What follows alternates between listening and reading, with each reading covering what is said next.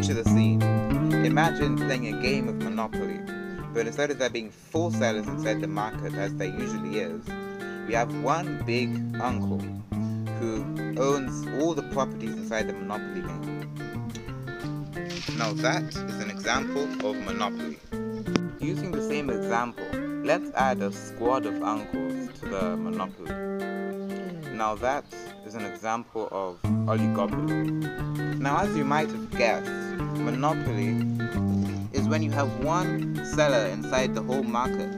This means that you have to obey when the one seller says something. When they set a price, you pay it.